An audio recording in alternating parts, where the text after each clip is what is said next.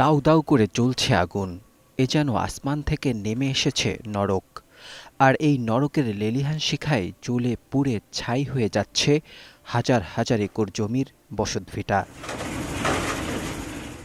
যুক্তরাষ্ট্রের ইতিহাসের স্মরণকালে সবচেয়ে বড় এই দাবানল নির্বাপনে ক্যালিফোর্নিয়ায় দিনরাত খেটে যাচ্ছেন ফায়ার ফাইটাররা। ৫ দিন পেরোলেও কমেনি অগ্নিশিখা, বরং দাউ দাউ করে ৬টি এলাকায় জ্বলছে এই আগুন। ২৪ ঘণ্টায় শুধু প্যালিসেডেই পুড়েছে আরও ১,০০০ একর। সুখবর তো দূরের ব্যাপার, উল্টো পরিস্থিতি আরও খারাপ হবার পূর্বাভাস দেওয়া হচ্ছে। দিক পরিবর্তন করে এখন কাউন্টির উত্তর পূর্বেও ছড়াচ্ছে এই আগুন। ঝোড়ো বাতাস আর শুষ্ক আবহাওয়ার কারণে আরও ভয়ঙ্কর রূপ ধারণ করছে দাবানল। ঘণ্টায় ৭০ মাইল পর্যন্ত হতে পারে এই বাতাসের গতিবেগ।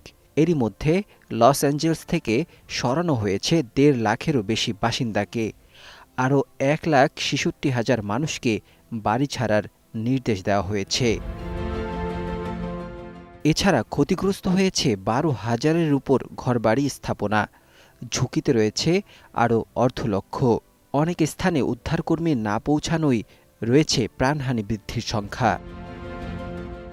এদিকে ক্যালিফোর্নিয়ায় সহায়তায় এগিয়ে এসেছে প্রতিবেশী ৭ রাজ্য। আগুন নেভাতে কানাডা ও মেক্সিকো পাঠিয়েছে বিশেষ team. Desk report, news I.